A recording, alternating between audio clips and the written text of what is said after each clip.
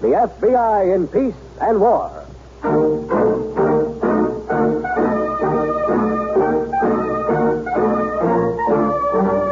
Another great story based on Frederick L. Collins' copyrighted book, The FBI in Peace and War. Drama, thrills, action. Tonight's story, The Scientific Touch.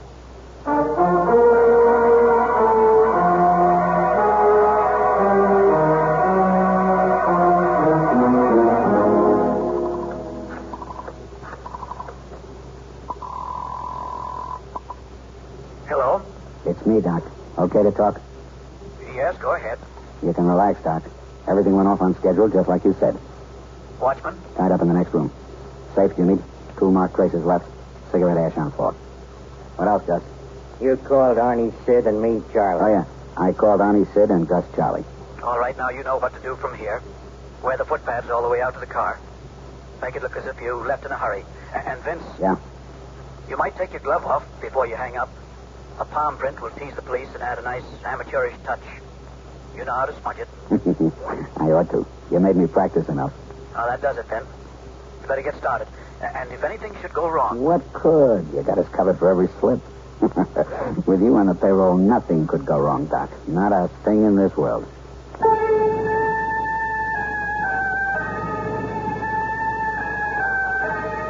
In the spring of this year, your FBI was called in on a spectacular series of robberies which baffled the law enforcement agencies of 4 states.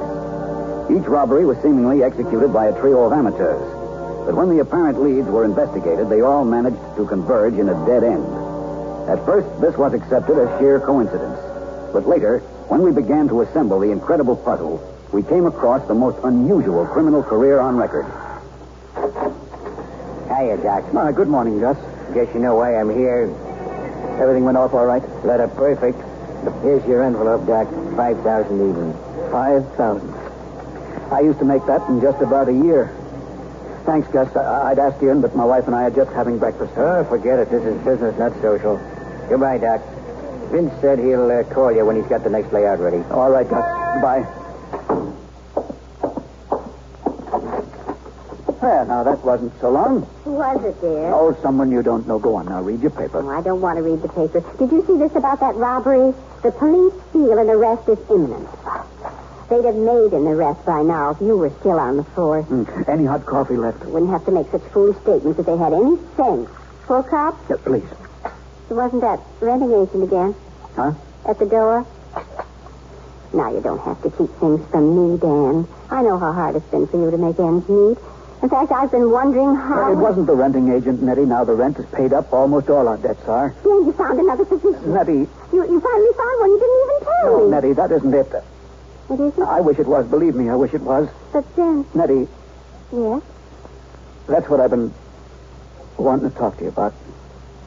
I haven't been looking for any other job. What? The commissioner didn't let me go for the reason I told you. My age had nothing to do with it. Dan, what are you saying? I've been meaning to tell you the truth, but I just haven't had the courage. What is it, Dan? Tell me. It's not very pretty. Tell me. I was fired, Nettie, for conduct on becoming a police technician, for gambling away $12,000 in IOUs held by Vince Connors. What? I said it wasn't pretty. Gambling. That's right.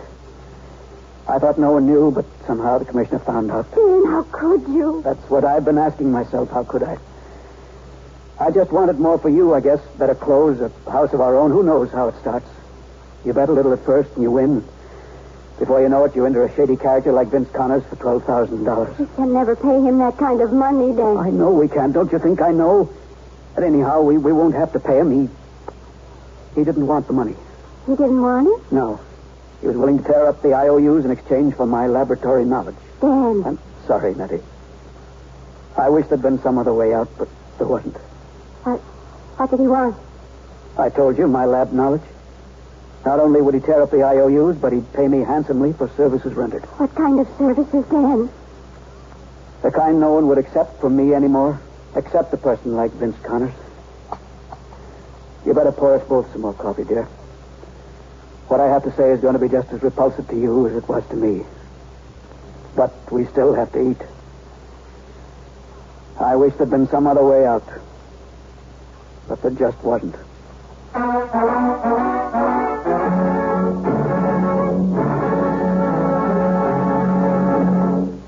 to the scientific touch in just a moment.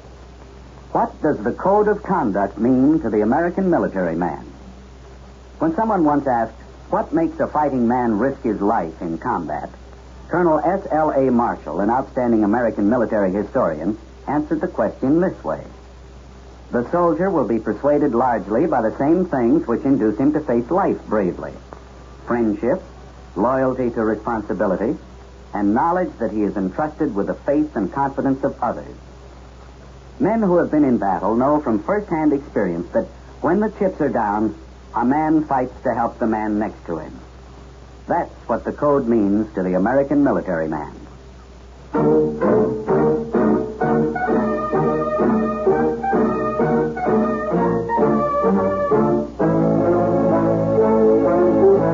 Act 2 of tonight's story on the FBI in Peace and War, The Scientific Touch.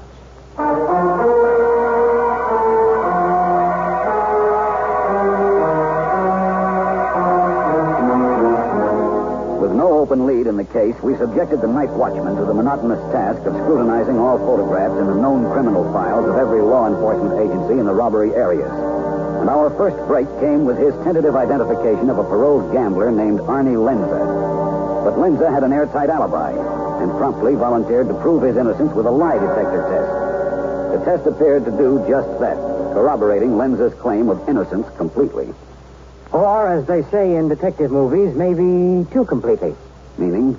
Mr. Stevens, you're familiar with the pothometer, aren't you? Only in courtroom discussions as to its admissibility, I'm afraid.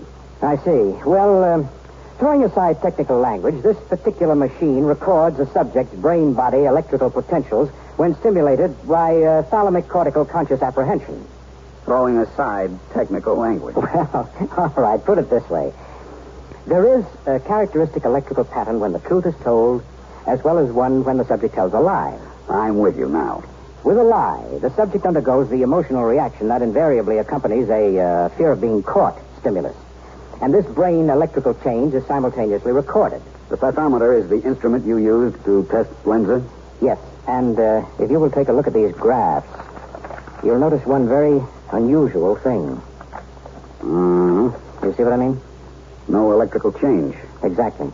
That's unusual? Very, under the circumstances. Wait a minute now. I'm afraid you're losing me again. Oh? If no change was recorded, wouldn't that indicate Lenza wasn't lying at all? It might. Or it might indicate that he merely wasn't undergoing any emotional reaction. Oh, I see. In a test of this kind, our questions aren't limited to the crime. We ask certain other questions that should cause emotional reaction in anyone. Back with me again? That's why the two completely. Lenza answered the questions too well. Yes, that's about it. The graphs should show electrical change in several instances, but as you see, they show none. Why? I don't know. First time I've come up against anything like it. Well, a man could be... Pardon me. Yes? Hello, Steve. You asked me to call? Hold on a minute, will you, Dave? Sure. A man could be trained to control his reaction to questions, couldn't he? Trained not to react at all? Well... It's possible, isn't it? It's possible, yes, but such a thing would require a great deal of practice, and then you'd have to have an expert around to handle it. Someone like yourself? Well, anyway, someone qualified to anticipate the newest equipment. Dave? Yes, Steve. Look, I want you to do something for me right away. Check each of those PDs. Have personnel give us a report on all laboratory technicians, past and present, over the last 10 years. What's up, Steve? I'll tell you when you get the reports. All lab technicians over the last 10 years. Right, Dave, thanks. And meanwhile, what about Arnie Lenza? Officially or unofficially? Officially. Meanwhile, we'll have to let him go. Officially, Lanza told the truth, didn't he? You can't hold a man for that.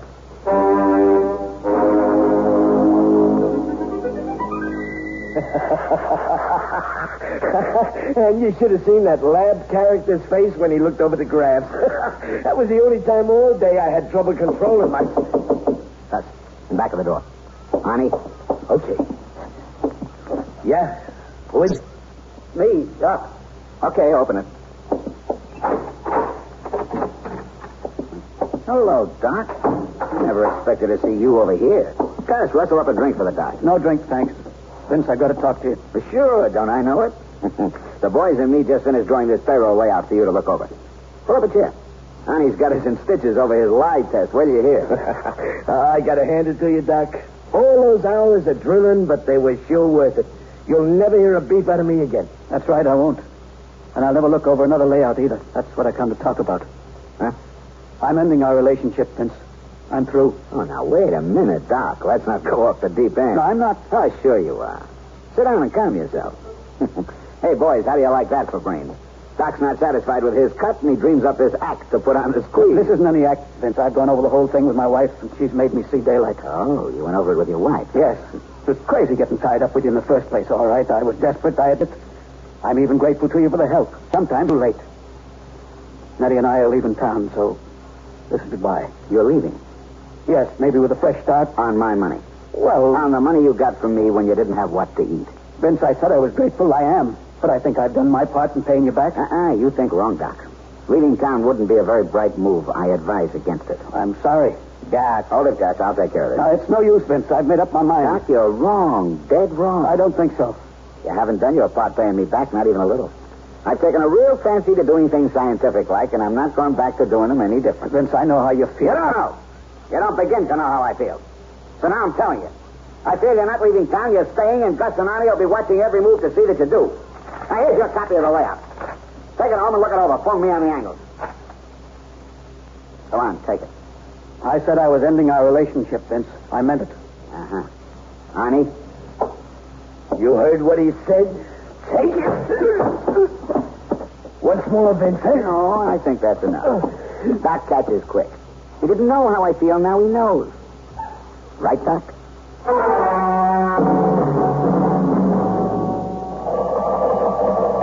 To the director, Washington Confidential. Examination of personnel records, police laboratory technicians reveals two possibilities, one promising. Inquiry shows Bay City technician fired from department last year in gambling connection with ex-convict Vince Connors, seen in company robbery suspect Arnie Lenzer. Agent Reynolds checking technician's home circumstances. Will advise. Sign it, Stevens.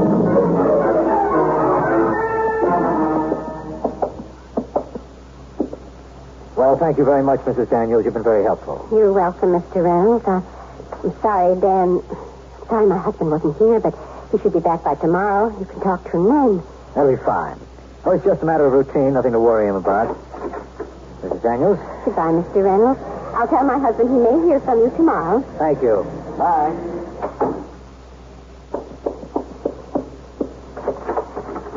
All right.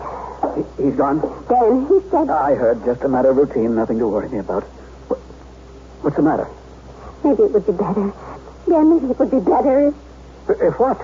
if you spoke to the man, if you told the FBI the truth. What? You can't go on like this, Dan. Those men will never let you go. You know that now.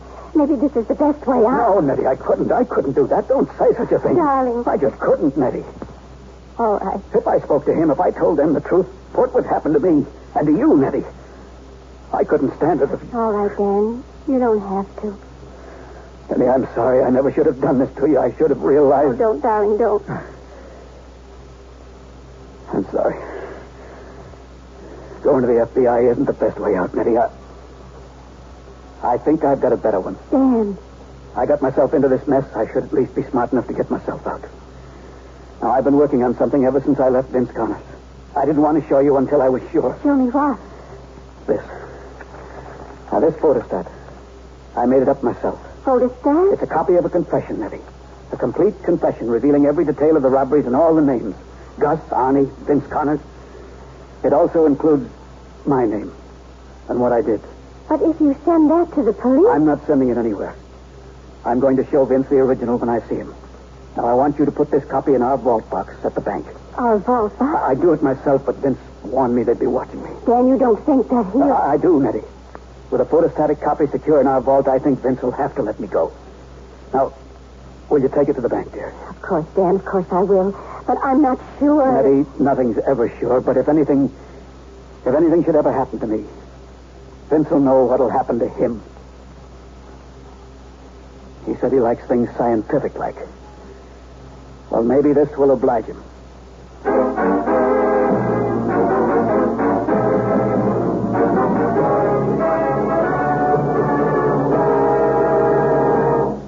Back to the scientific touch in just a moment. Friends, this is Jimmy Wallington.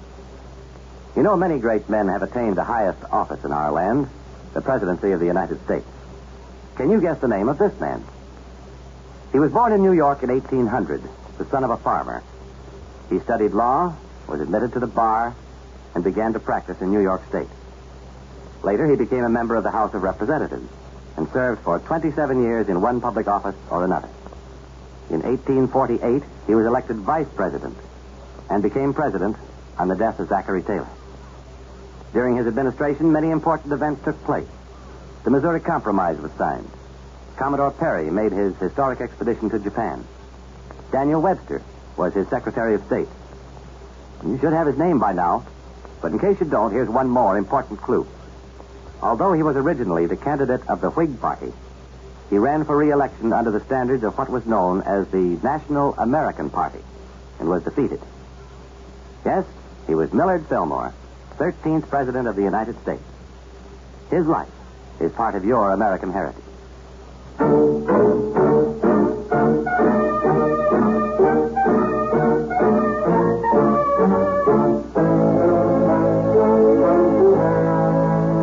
Act 3 of tonight's story on the FBI in Peace and War, The Scientific Touch.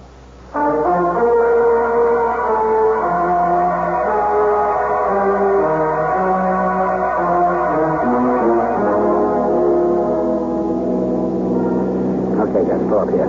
I'll walk the rest of the way. Right. Give me 5 minutes with him, then bring her along. And Arnie, Yes. keep her quiet. If she gives you any trouble, stop it, you know what I mean? She won't give me no trouble. Okay, 5 minutes. Then bring her along.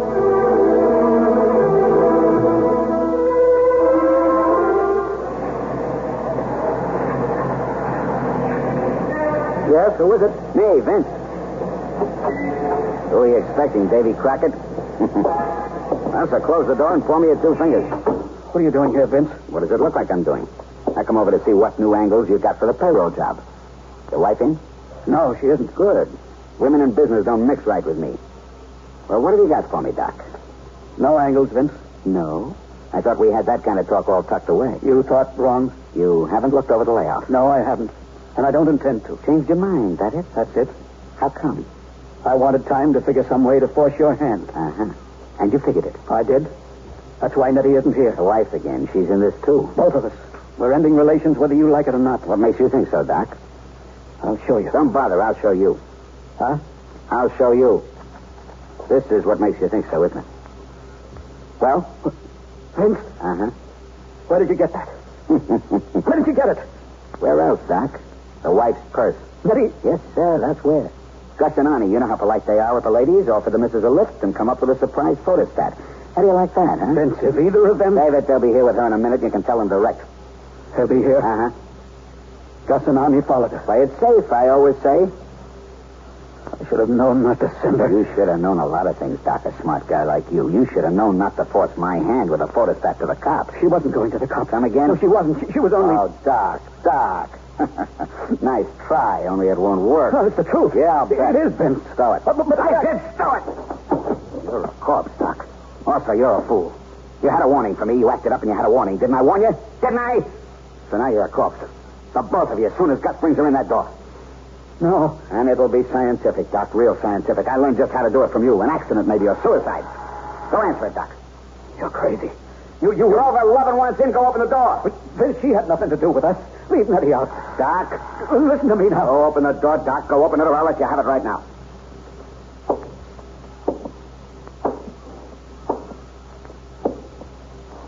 Vince. You heard me. Open it.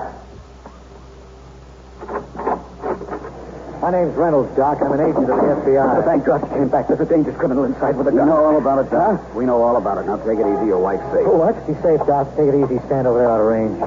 Vince Connors. Vince Connors. There, where you are. We're federal officers, Connors. Come on out of there with your hands up. The house is covered front and back, Connors. Come on out. You're having a chance. Oh, yeah.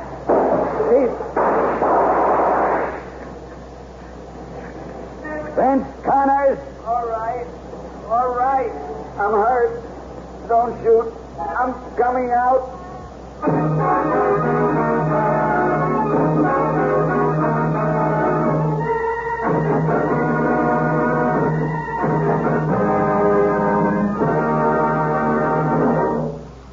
The defense, offered in behalf of Doc Daniels, attempted to plead temporary insanity brought on by the damaging loss of his job. But Daniels himself chose to be a forthright witness, convincing a jury that he was sane and fully aware of the nature of his acts. Vince Connors and his confederates received prison terms of 15 years each. But in consideration of his age and cooperation with the prosecution, Daniels' sentence was reduced by the presiding judge to 5 years. Our files are closed on the scientific touch.